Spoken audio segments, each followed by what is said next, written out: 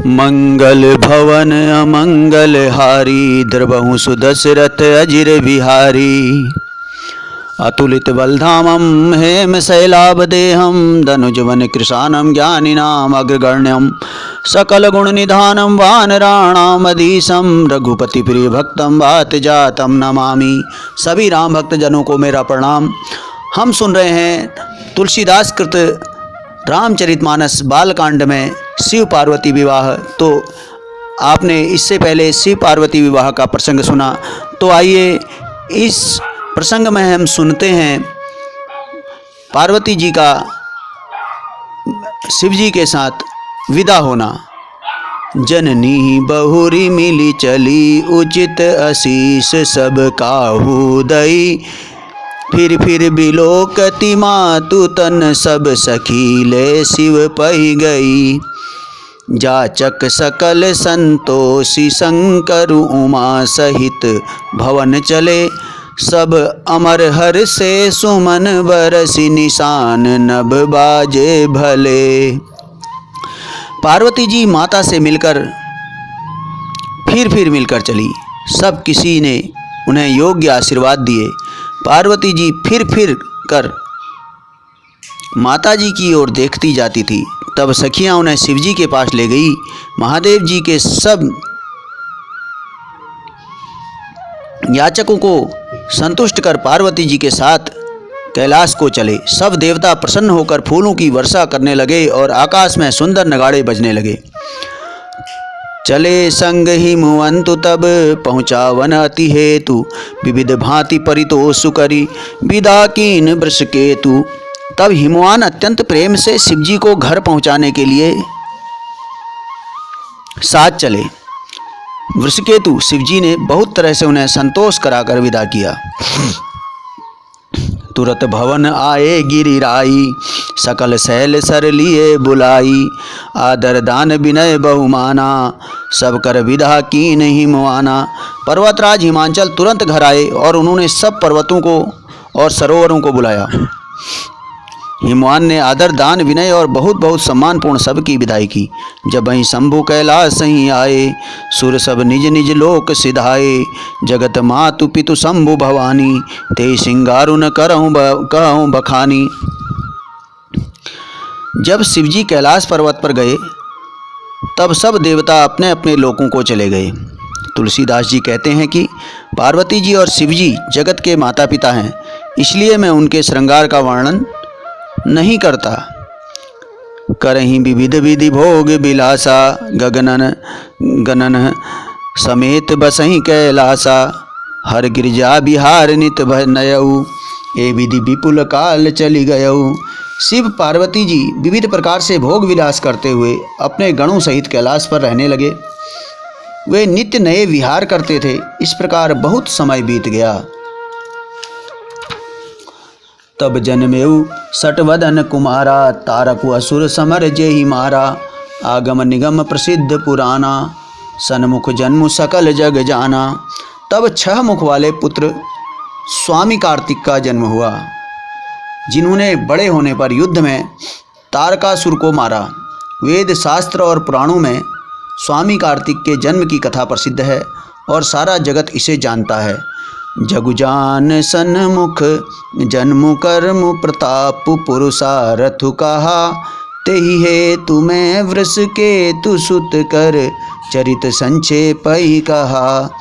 यह उमा शंभु विबाहु, जे नर नारी कहीं जे गावहीं। कल्याण काज विवाह मंगल, सर्वदा सुख पावहीं। सडानन अर्थात स्वामी कार्तिक के जन्म, कर्म, प्रताप और महान पुरुषार्थ को सारा जगत जानता है, इसलिए मैंने वृषकेतु शिवजी के पुत्र का चरित्र संक्षेप में ही कहा है, ऐसा तुलसीदास जी कहते हैं। शिव पार्वती जी के विवाह की इस कथा को जो स्त्री पुरुष सुनेंगे और जगाएंगे, वे कल्याण के कार्यों और विवाह आदि मंगलों में सदा सुख पाएंगे। चरित सिंधु गिरिजा रमन, वेद न पावहीं पारु। वरने तुलसीदासु किमी, अतिमति मंद गवारु। गिरिजापति महादेव जी का चरित्र समुद्र के समान है, अर्थात अपार है। उसका पार वेद भी नहीं पाते। तब अत्यंत मंद बुद्धि और गंवार तुलसीदास उसका वर्णन कैसे कर सकता है। शंभुचरित सुनी सरस सुहावा, भारद्वाज मुनि अति सुख पावा। बहुलालसा कथा पर बाड़ी, नैननी नीरु रोमावली ठाड़ी। शिवजी के रसीले और सुहावने चरित्र को सुनकर मुनि भारद्वाज जी ने बहुत ही सुख पाया। कथा सुनने की उनकी लालसा बहुत बढ़ गई। नेत्रों में जल भर आया तथा रोमावली खड़ी हो गई। प्रेम विवश मुख आवन बानी, दशा देखी हर से मुनि ज्ञानी। अहो धन्य तव जन्म मुनीसा, तुम ही प्राण सम प्रिय गौरीसा। वे प्रेम में मुग्ध हो गए, मुख से वाणी नहीं निकलती। उनकी यह दशा देखकर ज्ञानी मुनि याज्ञवल्क्य बहुत प्रसन्न हुए और बोले, हे मुनीश, आहा, तुम्हारा जन्म धन्य है। तुमको गौरीपति शिवजी के चरणों में अत्यंत अनुराग है, अर्थात आपको गौरीपति शिवजी प्राणों के समान प्रिय हैं। शिव पद कमल जी नहीं रति नाही, राम ही ते सपने उन सुहाई। बिनु छल विश्वनाथ पद नेहु, राम भगत कर लक्षण एहु। शिवजी के चरण कमलों में जिनकी प्रीति नहीं है, वे रामचंद्र जी को स्वप्न में भी अच्छे नहीं लगते। विश्वनाथ श्री शिवजी के चरणों में निष्कपट विशुद्ध प्रेम होना यही राम भक्त का लक्षण है।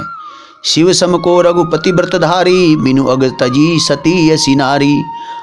पनु करी रघुपति भगति दिखाई, को शिव सम राम ही प्रिय भाई। शिव जी के समान रघुनाथ जी की भक्ति का व्रत धारण करने वाला कौन है, जिन्होंने बिना ही पाप के सती जैसी स्त्री को त्याग दिया और प्रतिज्ञा करके श्री रघुनाथ जी की भक्ति को दिखा दिया। हे भाई, श्री रामचंद्र जी को शिव जी के समान अब कौन प्यारा है।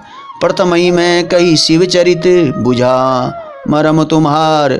सुचि सेवक तुम राम के, रहित समस्त विकार। मैंने पहले ही शिवजी का चरित्र कहकर सुना, तुम्हारा भेद समझ लिया। तुम श्री रामचंद्र जी के पवित्र सेवक हो और समस्त दोषों से रहित हो। मैं जाना तुम्हार गुणशीला, कहूँ गुणौ अब रघुपति लीला। सुनु मुनि आज समागम तोरे, कहीं न जाई जस सुख मन मोरे। मैंने तुम्हारा गुण और शील जान लिया है, अब मैं श्री रघुनाथ जी की लीला कहता हूँ। सुनो हे मुनि, सुनो। आज तुम्हारे मिलने से मेरे मन में जो आनंद हुआ है वह कहा नहीं जा सकता। रामचरित अति अमित मुनीसा, कहीं न सकहीं सतकोटि अहिसा। तदपि जथा श्रुत कहूँ बखानी, सुमिरि गिरापति प्रभु धनु पानी। हे मुनीश्वर, राम चरित्र अत्यंत अपार है, 100 करोड़ शेष जी भी उसे नहीं कह सकते।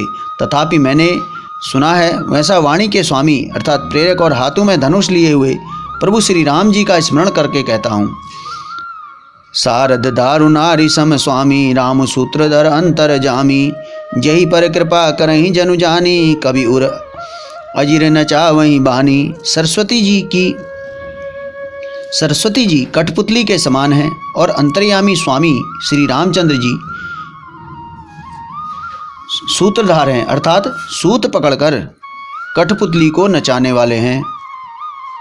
अपना भक्त जानकर जिस कवि पर वे कृपा करते हैं उसके हृदय रूपी आंगन में सरस्वती को वे नचाया करते हैं। परनवहु सोई कृपाल रघुनाथा, बरनऊ विशदता सुगुण गाथा। परम रम्य गिरि बरु कैलासु, सदा जहाँ शिव उमा निवासु। उन्हीं कृपालु श्री रघुनाथ जी को मैं प्रणाम करता हूँ और उनके निर्मल गुणों की कथा कहता हूँ। कैलाश पर्वतों में श्रेष्ठ और बहुत ही रमणीय है, जहाँ शिव पार्वती जी सदा निवास करते हैं। सिद्ध तपोधन जोगी जन, सुर किन्नर मुनि वृंद। बसई तहाँ सुकृति सकल, से वहीं शिव सुख कंद। सिद्ध तपस्वी योगीगण देवता किन्नर और मुनियों के समूह उस पर्वत पर रहते हैं। वे सब बड़े पुण्यात्मा हैं और आनंद कंद श्री महादेव जी की सेवा करते हैं। हरिहर विमुख धर्म रति नाही, ते नर तह सपने नहीं जानी। ते गिरि पर बट बिटप विशाला, नित नूतन सुंदर कसब काला।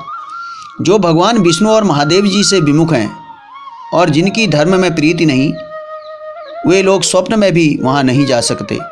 उस पर्वत पर एक विशाल बरगद का पेड़ है जो नित्य नवीन और सब काल अर्थात 6 ऋतुओं में सुंदर रहता है। त्रिविध समीर सुशीतली छाया, शिव विश्राम बिटप श्रुति गाया। एक बार ते तर प्रभु गयऊँ, तरु बिलो की उर अति सुख भयऊँ।